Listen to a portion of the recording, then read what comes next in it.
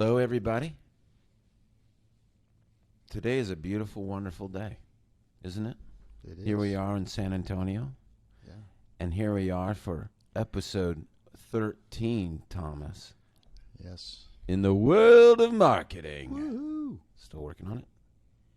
With one of my dearest friends and allies, Jay Henderson, the man. Glad to be here, man. Glad to be here with you guys. So this is one of the when we first, Thomas and I were first talking about who we had to interview for podcasting. Jay was like in the top, one of the top. Everything all right? Yeah, just make sure you're talking like right into it. Yeah. Come on, So it's a directional mic. Yeah. Then. See what I know? I knew that. Yeah. See that? I kind of like put my lips on it like that. And you do some Dave Freeze. I do. Ooh. All right, Oh, so that's an yeah. interesting start to the podcast. We haven't done that one yet, but that's good to do that with Jay. But Jay, you are my good friend. I've known you for, I feel like, forever. I've called you my angel, Merlin. You are the HR guru to many. And I mean, you're a hell of a great guy. And I've heard you're a pretty good golfer. I told you that, right? Yeah. Probably I've actually never seen you. Probably didn't but- come from somebody else. So thank you for coming on the show. Yeah, I'm stoked to be here. Enjoy it. So tell us a little bit about what you do. You are, well, first let me set it up. All right. you Because go. I call you the HR fixer. You call yourself something a little bit more elaborate, I know. That's why I'm I setting like it that. up. I like that HR fixer. So you got employee problems, you got staff problems. Jay's your guy. He can't Performance. fix people. Yeah, performance. Yeah, well, the stuff you said. Yeah. Performance problems as well. Yeah, if you're having a hard time hiring the right people, if you have this history of not being able to hire the right people, Jay can fix that for you. You've got this profile. That's the word. Yeah. I like to call it the J test. It's a profile. It is a profile. And so you'll explain that in a minute, but you run these people through this stuff, and it tells you all kinds of things about them. I've done it. Thomas has done it. Everybody in my organization has gone through it. We're here at Rem Jackson's thing. He's been through it. You're here speaking to these people. Tons of these doctors and their people have been through it. Yeah. All helping entrepreneurs, business owners, small and large, run Yes, their sir. companies better, right? Yep. That's it. Okay, I'll shut up now for a minute. Now you tell me. You tell me what that means.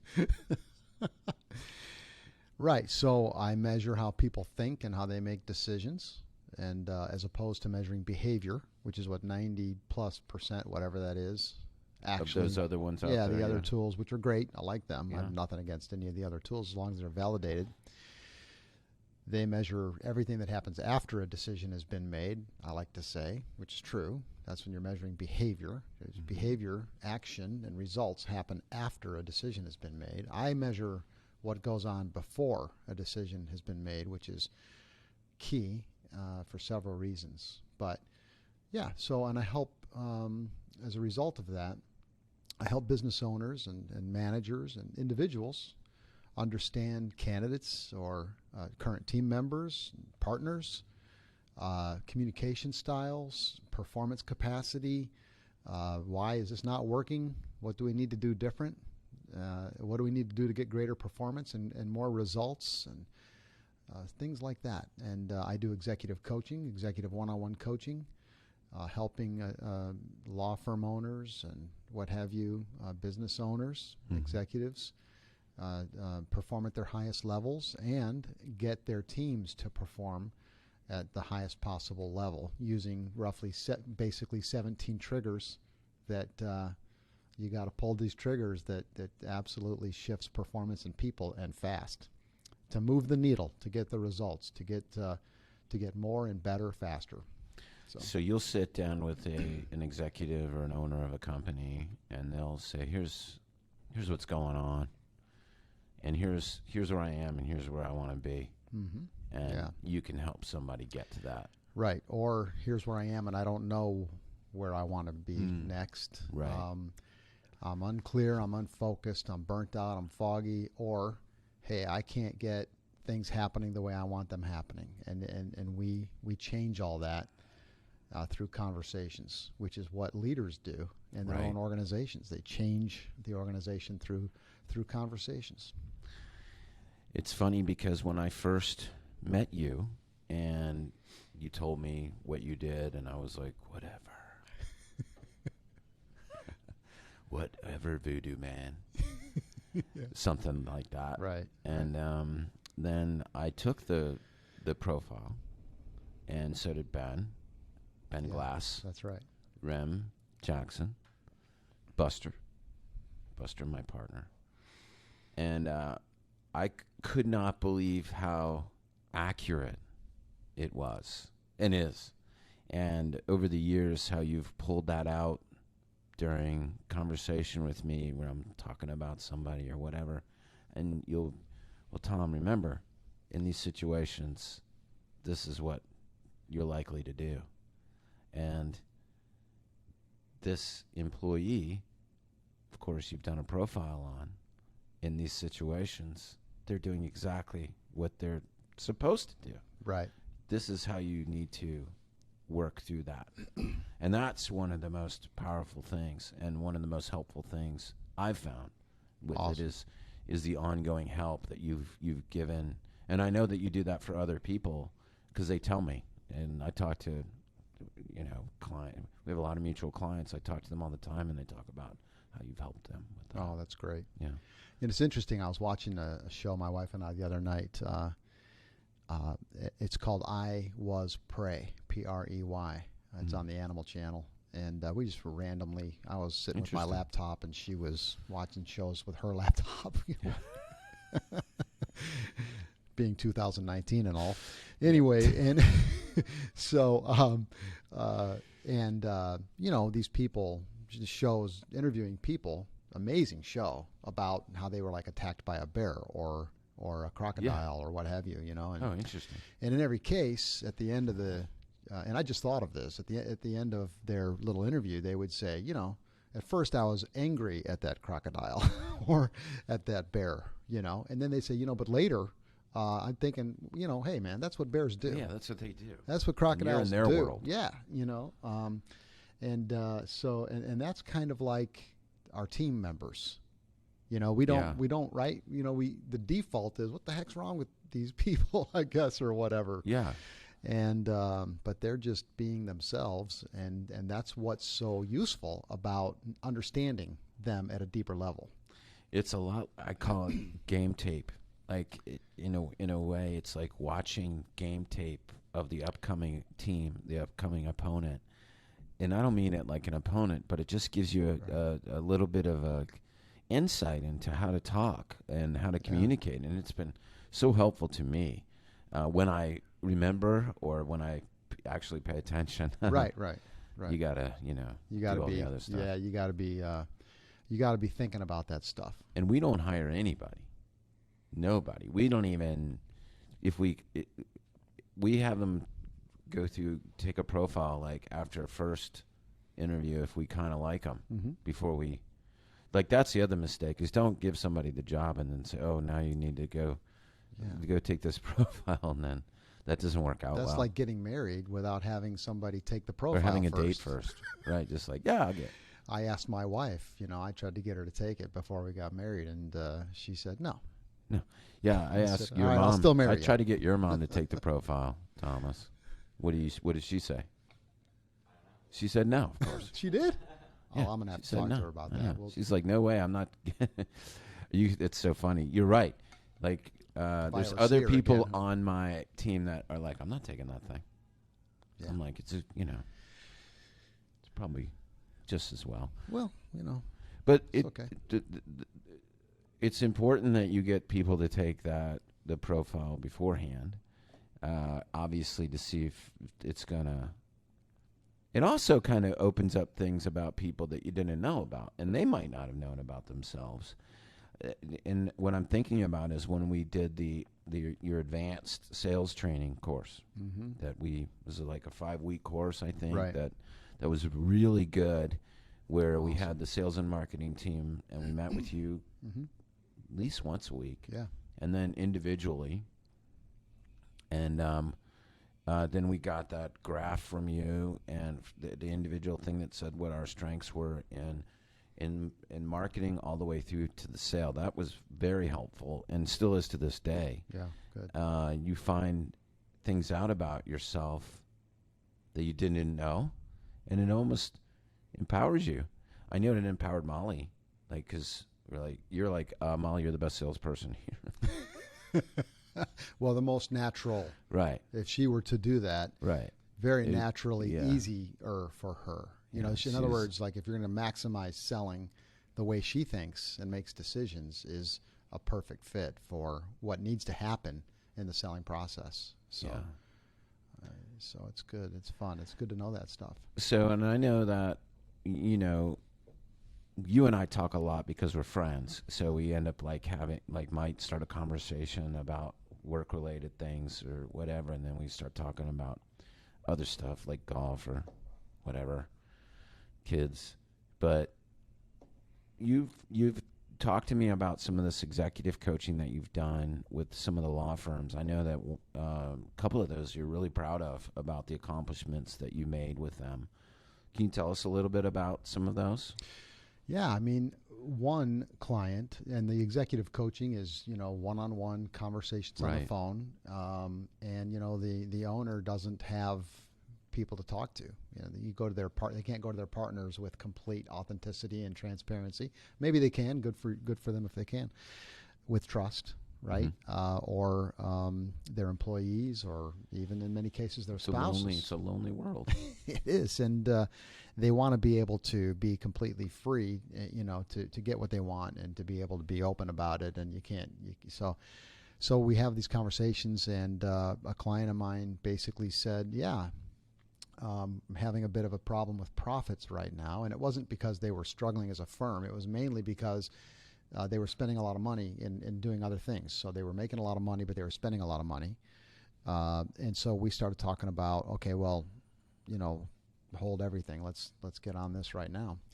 And we tracked everything we did together, and they put it on a spreadsheet and sent it to me. And frankly, I was shocked at the change. And I'll be, you know, briefly, there was a 47% increase in cash flow and profits in 8 months. Wow. And you know, the tracked month over month, the efficiency increase and the productivity increase, and it's just focusing the people. And So you helped him focus his people. Together we worked through it, and I helped him do what needed to be done to get the maximum focus out of the So team were you like members. a kind of almost an operations guy in that capacity? In that capacity, we were talking about operations. We were talking about efficiency and productivity of the operations. And if you want to change something, okay, so, you know, where is it? Let's talk about that process and what's going on and who's involved. And then, you know, we use all the triggers, right, to make a shift. And it's remarkable how fast things change when you pull the right triggers, you know. Yeah. So, and it's kind of not happen. It's happened. It's over and over again, you know. And right now, I'm doing an 8-week course. First module was last Thursday. Anyway, so Yeah. in the middle of that again, and I'm now teaching law firms, and I'm saying these are my one-on-one executive clients that I say, bring all your leaders and managers, because I don't talk to their leaders and managers typically. So bring them. I'll do a course for you. You bring them, and we'll get all your leaders and managers clear on these triggers and these steps and the reasons why and how to do it, so that they then become more powerful leaders as managers underneath that attorney owner, you know. How do what's your experience with the employees, like saying, oh, sure, yeah, let's do that? So some of my clients want to make it mandatory, and I Sorry. say that's okay. Sorry about that. Yeah, they want to make it. Hell. Should I do that on this side? Yeah, just ding on that thing. So they say Hey, can you move that bottle out of the way right there? This? Yeah, move it on the other side. Oh, There is you it go. getting burned by It's the... just getting two. There's I'm two gonna- two product placements in one shot. I'm It's going to just- put the label I know. right there you there go. at you guys. So we got to have one each shot. There we are. All right, we're good. Thank you. I ask my clients, they've asked me, they've said, okay, we'll make this mandatory. And I say, don't, better not to make it mandatory. Make it a choice. That's one of the key tenets, one of the key principles, choice. And so, the greater the choice, freedom, the greater the performance, the greater the responsibility, the greater the accountability. So I say, don't make it mandatory. So Do you find people will just do it?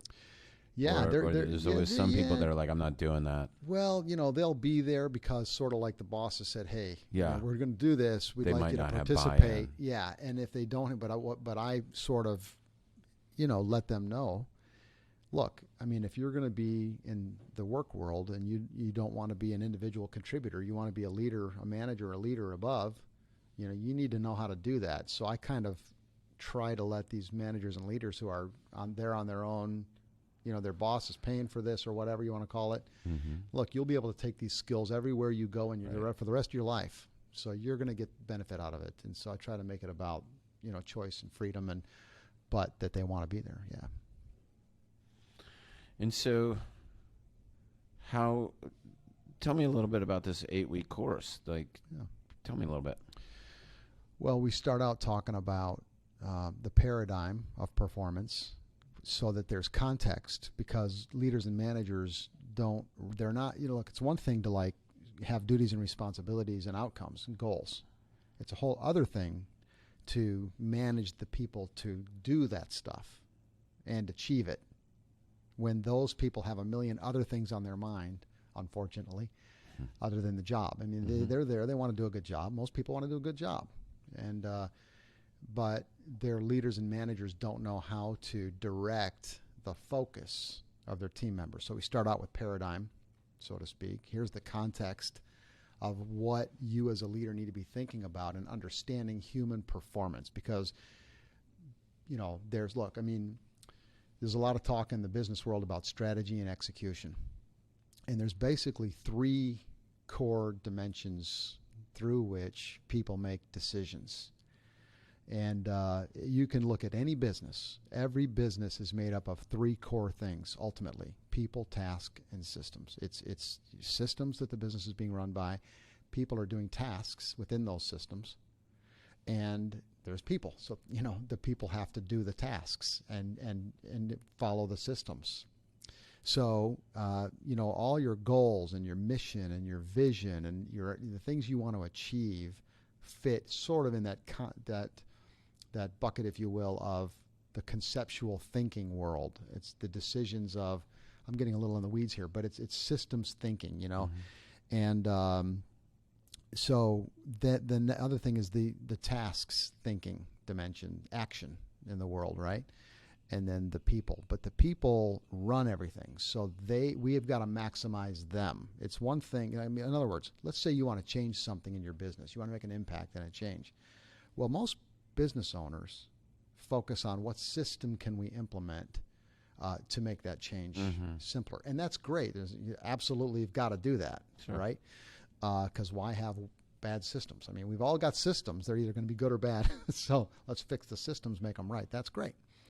And though at the end of the day, the people have got to implement the that human stuff. part. The human part, and it's just it's the greatest asset. It's the greatest expense. So when you're talking about performance, enhancing the performance, not like performance enhancers, but not the pills, right?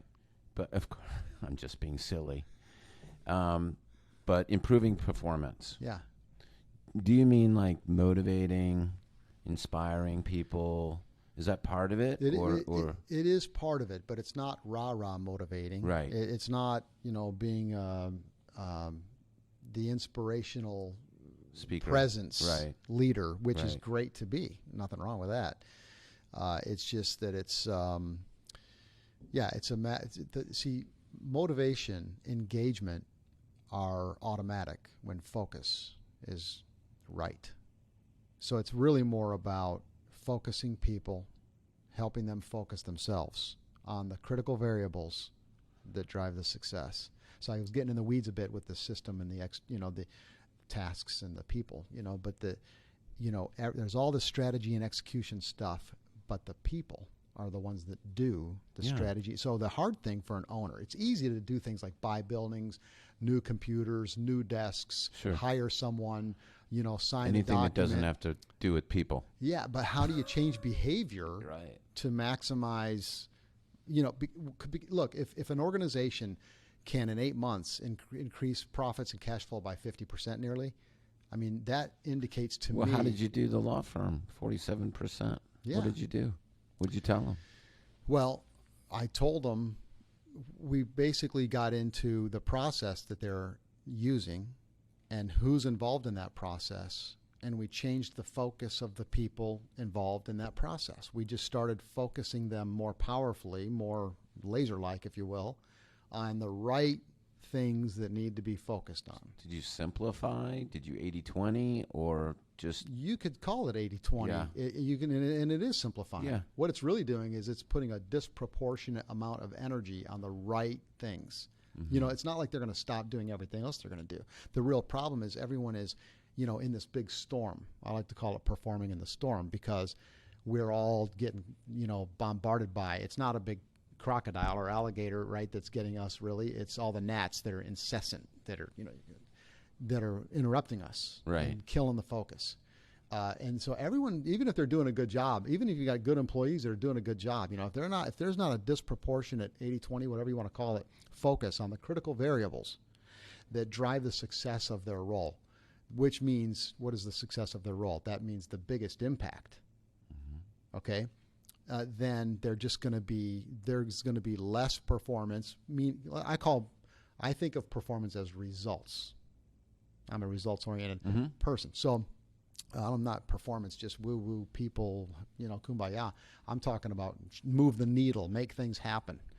And if you don't focus the team, then they're just going to be distracted. And so I was going to say a moment ago that when I implement these principles with my clients, I mean, it's when you see a 30% increase in productivity and efficiency month over month over month. So every month it's 30% more than the month before, then 30% more. Well, that just means that there's been a tremendous amount of waste in the past time where we were not implementing these, right? Yeah. Because that capacity was there all along. Right. So that means less profits. So less cash flow. When you're saying focus, like when you worked with us and we worked on our goals, that's what we're kind of talking about. Yeah. Like that's more of like a sales, but I mean, you could put. I mean, those are numbers. Yeah. But you've talked about. I know some podiatrists that you've worked with, where it was as simple as putting up a scorecard, right, in a public area, so that everybody sees. Right. Yeah, think of being at, like, say, a high school football game or a college ball game or something, and you've got your audience and you've got your coaches and you've got your players, right? So if there's no scoreboard, well, the audience is going to be completely disengaged because they don't know what the heck's going on. They might enjoy a great play here and there, but they don't know. The players can't be. They're probably going to be keeping it in their head. That's their game, right? They're keeping it in their head. The coaches are back there with their clipboards, and they've got every single statistic you can imagine. So they're keeping numbers and data, and they know exactly what's happening and so on. And so when they give information that they know to the players, it might overwhelm the players. Players may not be able to connect those dots. Or the players might not care because they haven't bought into the whole They may not care. They big may not thing be because bought in. Yeah. Because just like you said, the players got their own, stuff in their head. Yeah. That it's for them. Right. Like, how do I get better? If there's no common goal. Right. It's got to be a common goal. Yeah. It's got to be a common goal that everybody bought believes into. in. Right. And there's feedback loops are absolutely critical. They're one of the triggers. What does that mean? So, like, if I hit a golf ball and I'm hitting it and I've got a target, the flag on the green, right? I know exactly immediately when I hit that ball, is it going to the target or not? I have instant feedback loop. That affects my engagement. It affects my enjoyment. That's why everybody. And it affects the next club that you use. It affects, yeah, it affects all the stuff. But like if I don't have a target, right, then I can hit that ball anywhere. Right. Okay, so You don't care. But if I hit that ball right where I want it, or pick any analogy you want, when I know immediately, say you ask a girl out on a date, if you get feedback instantly, and that feedback is a critical mechanism as it pertains to understanding what you need to understand, and people. So I was talking about the scoreboard. The players, we don't want a coach's scoreboard with all that data and content. Right. You want a player's scoreboard because we talked about choice earlier, responsibility and accountability. If there's choice, there's responsibility, then there's accountability. All right. If I say, here's your goal and here's the scoreboard I put up and we're tracking it, well, I can see the gap between where I am maybe and where I want to be, but I'm not as engaged. See, so if I have a player's scoreboard up there that the team Right. does together, and it comes from the leadership. It's not just, hey guys, go make a goal and make a scoreboard. No, Sure. There's leadership still. There's strategy.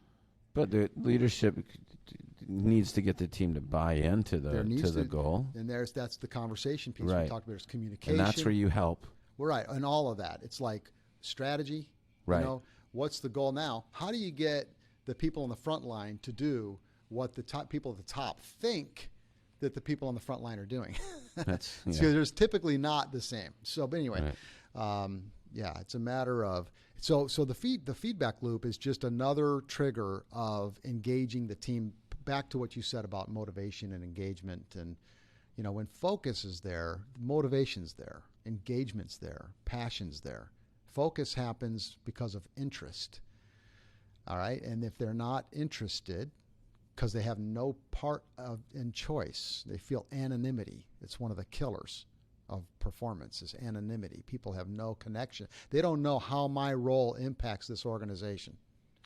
That's really interesting to me because it's so true. Yeah. And people want to feel important. I mean, as they should. And they feel like that they're contributing. And if you're not communicating, if you're not feeding back Yeah. and letting them know right or wrong, they have no idea. And this They'll is- get bored and move on. And people have been complaining about millennial age and Yeah. all that kind of thing. Well, they just want feedback. See, they want to start at the top of Abraham Maslow's hierarchy of needs. They want to start at having a massive impact. Well, if there's anonymity where they don't understand the actual how they impact the organization, then they're not going to get that, right? So, but the further you drive down the goals, with clarity and buy-in, like you say, and then turn it over to them to a great extent, right? You're not going to have the inmates running the asylum, but Sure. you create that focus. But you just have to get believers. They have to believe in it. Otherwise, it's just not going to go. And it's interesting because a lot of, especially small companies or solo entrepreneurs, whatever, they're hiring, and there's a lot of lawyers. They don't know how to manage people. Right. They're great in the courtroom, and they're a great lawyer. Right. But they try to lawyer their lawyers, and they don't. And a lot of times, I'll get that people come, I got to hire this person. I was like, you should not be hiring anybody. You need to talk to Jay, because. And a lot of times what I recommend is that they need somebody else in between them and this other person. Like me, I'm lucky I got a buster that helps me with that whole piece. Yeah, they need a law firm administrator, the CLO. Yeah. They need an operations that person who can. Yeah, right. Do you find that a lot like you? Oh yeah. Yeah. And so sometimes they misdiagnose their own business dilemma or problem by I need more sales. I need more cases or more patients. No, that's not what you need right now. You need to get some more foundation, some more operations foundation. Yeah, and on the backside of that stuff, the goals and the feedback loops and the player scoreboard, there needs to be the skill of coaching, the communication skill, because you can Not have bashing. the process in place and still have a mutiny on your hands if you don't know what to do to get all that It's stuff. very the best. complicated. It's a lot of What- stuff. And, It's a and lot. I mean, like, that's why what you do is so valuable. And it's you. Well, I recommend somebody using you right off the bat for thank any you. hiring before they hire anybody, of course. But I think that you don't really know that you need, as a business owner, somebody like you until you suffer. That is so true. So true. Until you suffer by people leaving you that you Yeah. thought were loyal or whatever. Yeah. That you just cannot keep good people. People, like, steal from you. You have all kinds of, like, staff problems. That's why I call, your HR fixer, Yeah. just because that's what people can relate to. And fixing HR is really fixing money and profits, and because and that's another problem is that is they don't know they need me till they're suffering Right. sometimes, but there's the educated clients, I'll call it, for lack of a better word in the moment, that they kind of have that sense, like, you know what, I really want to get a handle on this stuff. I don't want to have, but a company can be losing profits and not even know it. You Yeah. can lose profits by having leaks in the boat, and hey, I look at the P&L at the end of the year, and I go, hey man, I made $300,000, and the firm made X. I brought home $300K. We've got no problem, all right? And if your sort of money thermostat isn't higher than that, you're going to be really good with that $300K. So why increase performance? We're all making a lot of money. I'm good. I want to know what a money thermostat is. Yeah, money thermostat That's is pretty good. It's a subconscious belief system about how much money I'm worth. Oh, So I make, say I make $10,000. Say I'm a salesperson, and I've got a quota, of $100,000, and I do that in my first 6 months of the year. Well, I might not lift a finger again because my brain won't let me. I've already gotten Yeah. what I, uh-huh. right? Yeah. If I'm a business owner and I've got a team and they're all staying and they're hired and there's not too many big problems, and I know, Status quo. hey man, I made 20 grand last month. Must happen again Woo-hoo, this I month. I can keep the Porsche, and maybe I'll join a country club. Not even think, like, oh, I'm doing 20. Not even think you might be able to do 50. Yeah, you could be doing You limit yourself. You could be doing 30 just by changing the focus of the team, like right now. And I mean, Right. in weeks. It's remarkable how fast it actually happens when you put the triggers in place. I'm always amazed when I talk to you how smart you are. I mean, and I'm not, I mean that. Like, just, you see things differently than a lot of people. And, I'm lucky because you're my friend and I get to talk to you about that all the time. And, we Well, talk thanks. very frequently. Yeah. But, how does somebody talk to you? What's the best way for somebody that's listening to this podcast to start a conversation with you to see if you can help them in their business? Yeah, let's just have a conversation. I mean, just like this, what we're doing right now. I'd love to talk to anyone that wants to make an impact more powerfully in the organization and understand there are people at levels that they didn't think are possible. That's not a braggadocio statement. It's just that what we measure is, It's true. It's like, you different. think of things differently than anybody does. Well, and the profile measures things Yeah. that nothing else measures, that Yeah. people don't even know is possible to know. So, if you believe I can be helpful, those of you listening, right, just have a conversation. I've got a website. I've got 2 phenomenal websites that Tom Foster built for me and his great team. jhenderson.org. jhenderson.org or realtalenthiring.com. Yeah. Yeah, just Either reach one will out work. and we'll talk, and no obligation. Well, there's some obligation. There's an obligation to, like, be honest and tell you what's going on. Sure, right? that'd be good. Yeah. And you and I mean, one of the perfect ways to kind of get started is, doing the profile. Yeah. So if you're listening to this and you're in the hiring process, Oh, give it a definitely. shot. I Yeah. mean, and the first thing I would do is get your own profile done. Yeah. And Just do the profile and let Jay explain it to you, and just don't even tell him anything about yourself. Don't even Right. tell him a thing about yourself. Right, It's don't. like going to the fortune teller. Right. Truly. Yeah. And so, like I said at the top of this, I was like, what is this voodoo? But, you know, I call you Merlin because you're kind of like my Merlin that I go to about this stuff. And that profile is so important. And then anybody else that you bring on board, have Jay run a profile on them.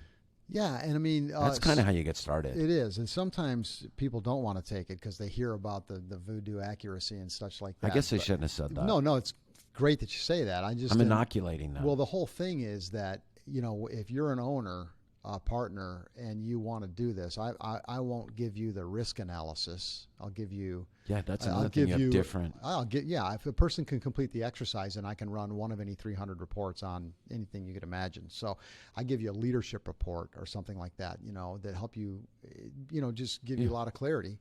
But it's not like the risk analysis for hiring people where it kind of like says, here's the real problems you're going to. So anyway, people get scared to take it, but it's just really powerful, you know, to understand. I mean, Pogo said we've met the enemy and the enemy is us. So having an true. understanding of where, see, the thing is, it's this, like, you have talents that I don't have, you know, and I might have talents that you don't have. That comes from my natural way of seeing the world. So you have your natural way, I have my natural way. And if there are certain ways I see the world, like the point is you'll see things that I don't see, you know, naturally, because just you Sure. walking down the road together, you're going to see things that I don't see, you know, and I'll not be aware. And how can I perform if I'm not aware? How can I execute if I don't understand, if I'm not seeing it? If you can stand there and tell me what to do all day long, and I've got decent judgment, well, I can do about anything. But if you're wanting to hire people that you can trust, that can make good decisions for and on behalf of your business all day without you standing over them, well, they need to have good judgment, and they need to be seeing the things that we need them naturally seeing. See, when that happens, and when we hire and get people who have great judgment, what happens is your culture gets cleaner and cleaner. I mean, all my clients that stay with me over time, most of them do, they say that. They're like, you know, That's I mean, I had a good. client call That's me about true. a year and a half, and he said, after we started working together, he said, I'm starting to see a total shift, because by this time there's been some turnover of people who were here before I met you, Jay, and we've hired a bunch of people since. So but there starts to be a shift in the culture, and the people they're better and better and better performers. They see more, they make better decisions. They're not perfect. Sure. And it's never going to, but that's a really huge thing, because when the culture is powerful, then there's fewer turnover. Everyone enjoys the work more. They're more engaged. They like their workmates better. You know, it just really changes the game. But yeah, back on the fact that if an owner wants to take it themselves first, or have, you know, another thing I tell my new clients is, look, have anyone you want in your organization complete the profile. Like Tom said, don't tell me anything about them at all. I'll get on the phone and I'll tell you all about them. Yeah. And you'll kind of know whether I know or not, whether this thing's junk science, which it's not, right? It's been validated all over the world for over 80 years, and all kinds of different correlation studies, construct, you know, face validity, statistical validity, all the validity studies are there, and it's a lot of fun. Can I just tell real quick? Yeah. I'm rambling a bit This here, is but your thing. The thing This is is, you know, I left Stephen R. Covey's. I was working. I was just going to bring that up, so I'm glad you okay. did. Yes. Well, I was working for Stephen Covey, and he wrote that 7 Habits of Highly Effective People. I don't know if anybody's heard of that before, or that name, Stephen Covey. Yeah, but Anyway. you know, principle centered leadership, first things first, 7 habits. And I was working with some of the large organizations out there that he had as clients. And I left that organization. I went to another firm down the street, a training company, and they had me complete this exercise, this profile. And then, so I took it. I went into my interview, and the CEO interviewed me, and he asked me some questions that were like, how do you know that about me? How, you know, really kind of wild that he knew what he knew. And so I got hired, and then about 3 months later, the worldwide guru who has trained me in the science for the last 20 years, he came out and trained our company, about 7 of us. And anyway, I started working with executives and big companies and debriefing them on their leadership style and what to do about it. And it's been a lot of fun. But it blew me away what this guru guy knew about me and told the CEO who hired me about me. Yeah. It's just been that's why when I experienced that when that CEO knew me That's the way how he I felt. did, yeah, I was like, man, there's no That's way. how I felt. And the other thing, here was the other big thing, is Buster, who is Buster doesn't believe anything. And Buster is like, we don't do anything without the J test. And if they don't pass muster, or if they don't, it's not black and white. Right. So, right. But if it doesn't, if you're, anyway. Yeah. It's truly amazing. It's different, isn't it? But I was gonna say, just have them completed. I'll tell you. Don't tell me if they're a good performer or a poor performer. Don't tell me anything about them. And you might know that. That's the other thing about that is you might not have been able to trigger the best part of them to get them to perform. They could have that in them, and this is another thing that brings this out, because it's always about. Correct me if I'm wrong, but it's always about the communication between two human beings or more, and a lot of what comes out in your coaching when you do that compatibility right analysis, where you explain, okay, here's where things might go south, or here's when you guys will be holding hands and tra-la-laing down the yellow brick road in complete happiness, or this is where things are going to, fall off the rails. Right. That's been very helpful to me. Remember when you and Rem and Ben did that? Yeah. And Ben just recently did that again. He had his top team. Yeah, good. I sent them compatibility reports. And it's that report is remarkable. It's a great report. Isn't it? It's got the 2-pager. Yeah. And the last part of the second page tells you, when you're talking to Tom, remember, these things will happen. And it's saying that to you based on your results. Right. It's not just saying that about Tom. It's saying it about, reminding you from your perspective. Anyway, I've had so many clients, attorneys, hundreds of attorney clients that many of them have called me and said, hey, I want my spouse, we've been talking about it, my spouse wants to take this. I'm not in the marriage coaching business, but basically when... I do want to get Charlotte to do it. Well, when we get this 2-pager on this couple... Please, Charlotte, do it. Is Charlotte going to listen to this? She listens right to on. Hey, Charlotte. So, when they get this 2-page report and they see that second paragraph, everybody just starts laughing. They're like, this is remarkable. This is exactly the thing that drives me nuts about this guy. Right. And they have the other report, right? Yeah. They have the other one. They're right. going, and so does that's yours. what Tom does. Yeah, exactly. Right. Yeah. So it's funny. fun stuff. It's fun. It is fun. Yeah. But, it's dangerous in the wrong hands. And that's why it's good that it's in your hands. Yeah. And it's funny because because you send the report, I read it, and I'm like, I need Jay to interpret this for me, to explain it better for me, so I understand it better. Well, I can take a 4-page or a 10-page report and sum it down. Yeah. Here's the nuggets. Here's what it's, instead of you sitting around with your expensive time trying to figure this thing out. And that's another thing that you've done helpful for me, and I know for others, is summarized it so that you can share it with somebody to help them. Yeah. So one client. Is any direction that you go with you, right? They can. Yeah. You're very customized, and yes. How many? You said hundreds. Like, how many people have you helped? How many business owners have you helped? Oh man, hundreds and hundreds and hundreds. Yeah. Yeah, a lot. And just since I've known you, there's very few people that haven't used you. Well, there's very few people that never even heard of you. Okay, because even when I'm, that's Jay. good. Oh yeah, Jay. Yeah, that's good. Well, you have a lot of referrals. Yeah, I do. Don't you? That's great. Because it works. That says it all. Yeah. And then those other people know of you, but just haven't pulled the trigger yet. Yeah. Yeah. And it's okay. Anyway, anybody that is at this point in their business where they're like having employee staffing troubles, which you will have forever. Yes. But like, this is not like, let's say that this is not the panacea to No, fix no. all of this. Oh, no, it just right. makes it a lot Right. better. Oh, way. And That's right. You're right.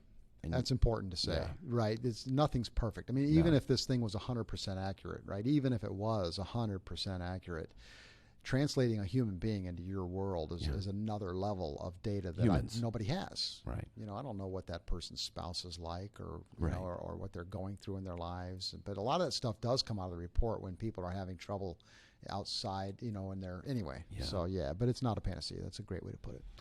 But it's a great. Yeah, I mean, like it's a tool that you got to have in your toolbox as a business owner.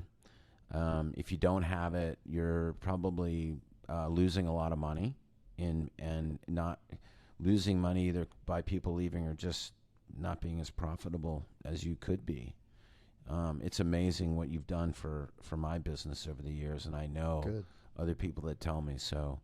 Okay, Jay Henderson. So jayhenderson.org Yeah. is where they can go, and realtalenthiring.com. You've got some free books out there that they can pick up and on the websites, and they can just fill out that contact form, and then Yeah. you reach out and you set up a consultation. Yeah, with we'll them? just set up a time to talk, and we'll just easy. Cool. Let me understand what's going on, and you know what my goal will be to serve you and get to the end, get through the, add value on the call. I mean, I don't want your time wasted. Time's pretty precious to all But you don't of want us. people wasting your time either. Yeah. So don't waste his time either. Be serious, because it's serious business. We're dealing with human capital here. These are humans that we're dealing with. Not an easy animal. It's not. And we're going to deal with all of it. We're going to deal with strategy Yeah. and execution and the people, and those are the three things. And You can really take it as far as you want with you, like we have. I mean, like you've created programs for us where you saw a need, like that sales thing that you. And so I know that you've created these programs for a lot of different. You were working with the car dealerships too. Do you still do any of that stuff? no, or? not much. No, Yeah, but I mean, you'll create these programs, sales programs, Yeah. all kinds of stuff. So Yeah. anyway, right. Yeah. anything else you want to say to the? Well, I mean, I want to, I would say take a good look at what your people are paying attention to, because you can try to bring in a whole new system or change some system and take a whole bunch of time to do that, when all you've got to do really is shift their focus and get them paying attention to the right stuff, and then everything changes automatically. Like, it's unbelievable how simple it can be.